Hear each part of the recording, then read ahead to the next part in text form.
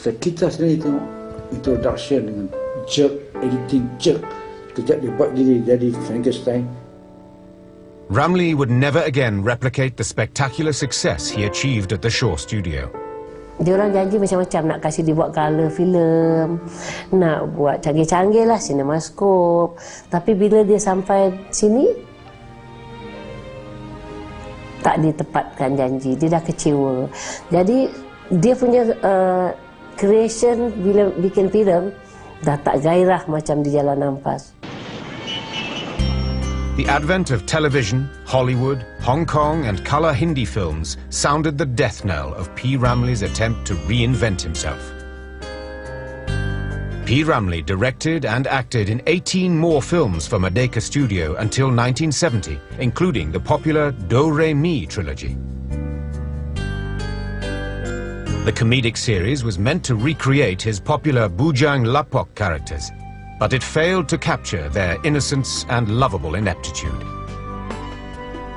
Laxmana Do Re Mi was the last film P. Ramlee directed for Merdeka Studio. At home, P. Ramlee lived happily with Saloma and their 5 adopted children. His only biological son, Nasir, had married and left home at 19. Ramlee realized that however dedicated he was to his work, he needed the emotional anchoring that only his family could provide. They meant the world to him.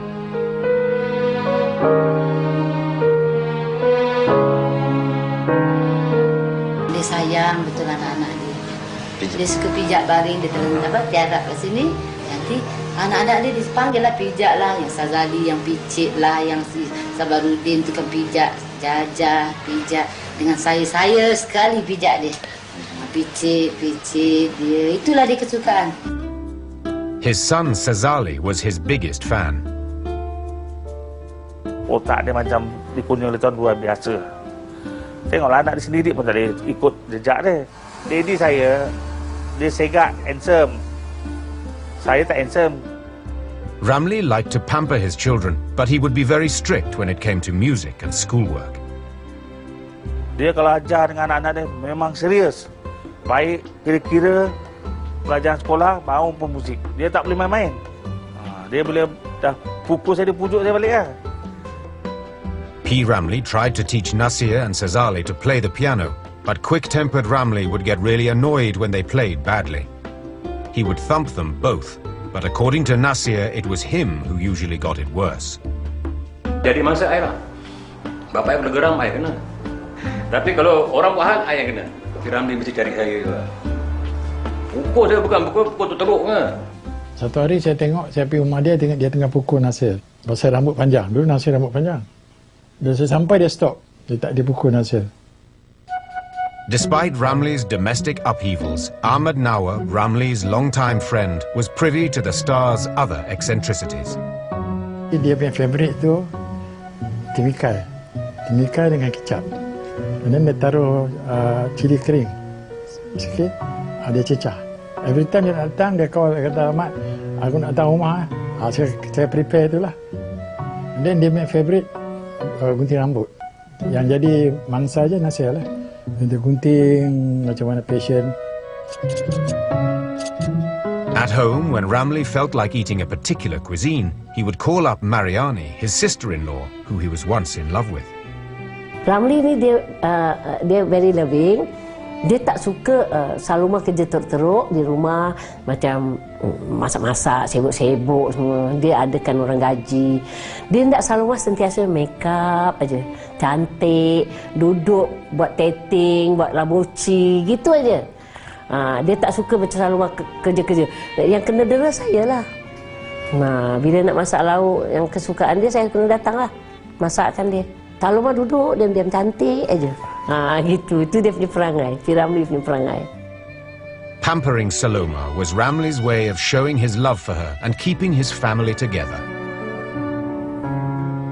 This was important to Ramlee, who felt that he had already lost one family, his friends at Shaw Studio in Singapore, whom he still missed dearly.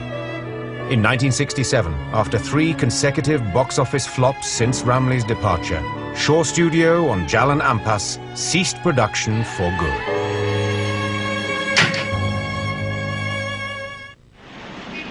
It was the era of the swinging 60s and the world invasion of rock, soul, pop, reggae, and blues music. The Bee Gees, the Rolling Stones, the Beatles, and the Supremes all became household names, displacing P. Ramlee's brand of music and singing style. And while local pop singers struggled to compete with the new musical craze, P. Ramlee remained true to his music. The consequences were disastrous. P. Ramlee pernah kena bu di stage di Dewan Bahasa Pusaka. Waktu tu malam 3 Ramlee. P. Ramlee, A. Ramlee, A. Ramlee. Saya kameraman. Jadi bila P. Ramlee keluar menyanyi, semua orang bu.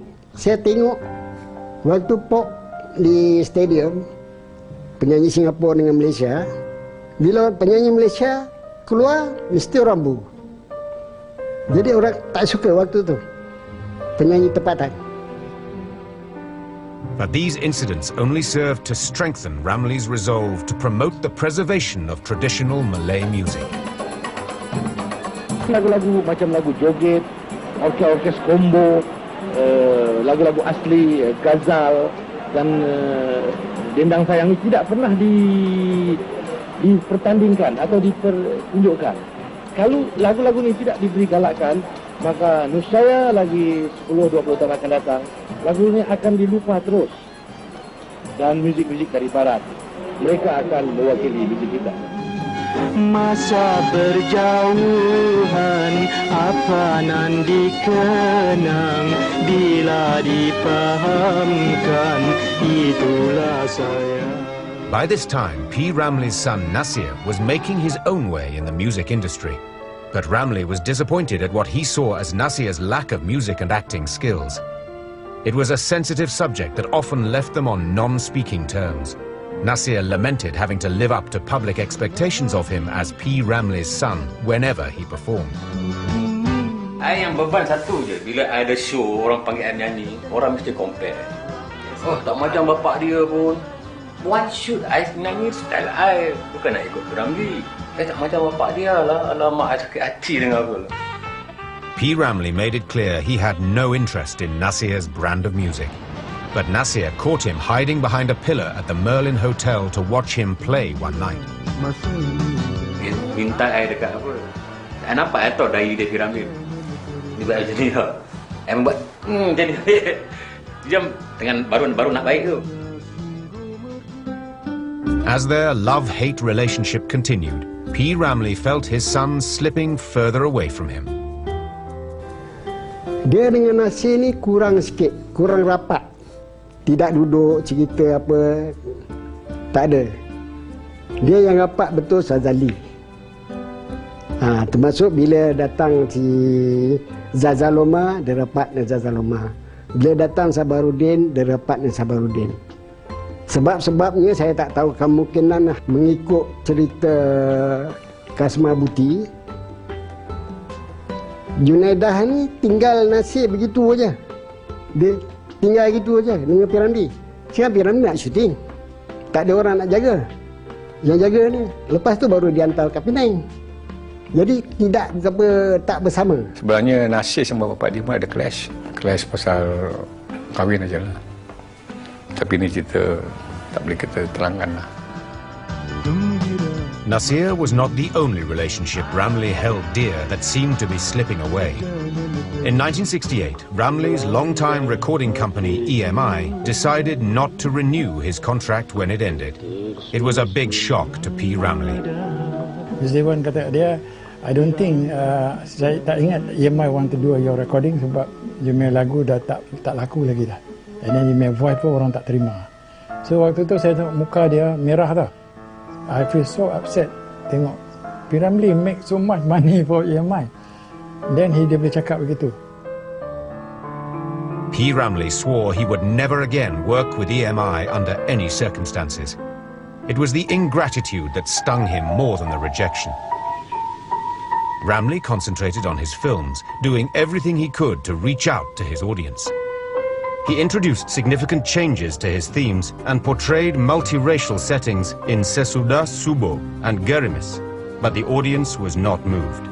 Then he tried a Hitchcock-style thriller in Dr. Rushdie and even a raunchy theme in Gelora, but the audience was too besotted with foreign movies to notice. Rejected for his singing, acting and directing, Ramlee's humiliation was complete.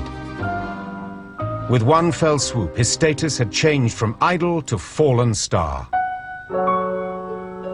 Bini show Wingok tunjuk pada P. Ramlee surat tu, kontrak P. Ramlee tidak boleh disambung lagi. Sign oleh Ja'far Abdullah. Ja'far Abdullah, a Shaw Organization executive, also said in the letter that P. Ramlee was a has-been and his movies were no longer selling. Ada satu kawan abang masuk kerja di Shaw Brothers, dapat fotostatkan surat tu, abang dapat baca. Memang surat tu betul-betul macam nak membunuh P. Ramlee. P. Ramlee punya filem sentiasa laku. Yelah, dia orang nak perkecilkan dia. Katalah macam-macam kan. Shaw lah yang start ni. 1972 to 73 were Ramlee's darkest days. With hardly any acting, directing, composing or singing jobs offered to him, he was desperate to find the means to support his family. P. Ramlee sang at weddings with Saloma, acted as compere for stage shows and became a judge for acting competitions to make ends meet. Nasir did not realize how broke his father was. Saya pun kadang-kadang jumpa dia, dia tak pernah bilang yang dia susah apa, dia act normal kan, jadi saya tak tahu nak predict macam mana dia. Dia tak pernah cerita dia punya kesusahan. Macam mana susah dia dia. Dia pendam ke. Ini P. Ramlee. Yet Ramlee's critics were relentless. There was very little sympathy for him. The Ramlee skeptics among the journalists were almost gloating in their review of his fall from grace. P. Ramlee memang kecewa dengan wartawan. Kecewa dengan saya sendiri pun kadang-kadang saya nak jumpa dia pun susah, dia malas nak jumpa wartawan. Kan? Apabila ada satu pengkat tu, dia ada dalam studio tu. Dia tengah mengubah lagu, mencipta lagu kan. Apabila saya masuk dengan wartawan tu, dia lari. Dia tak nak jumpa. But P. Ramlee was fortunate to have found a friend, fan and benefactor in businessman Dato H.M. Shah. They set up a Malaysian film enterprise called Perfima.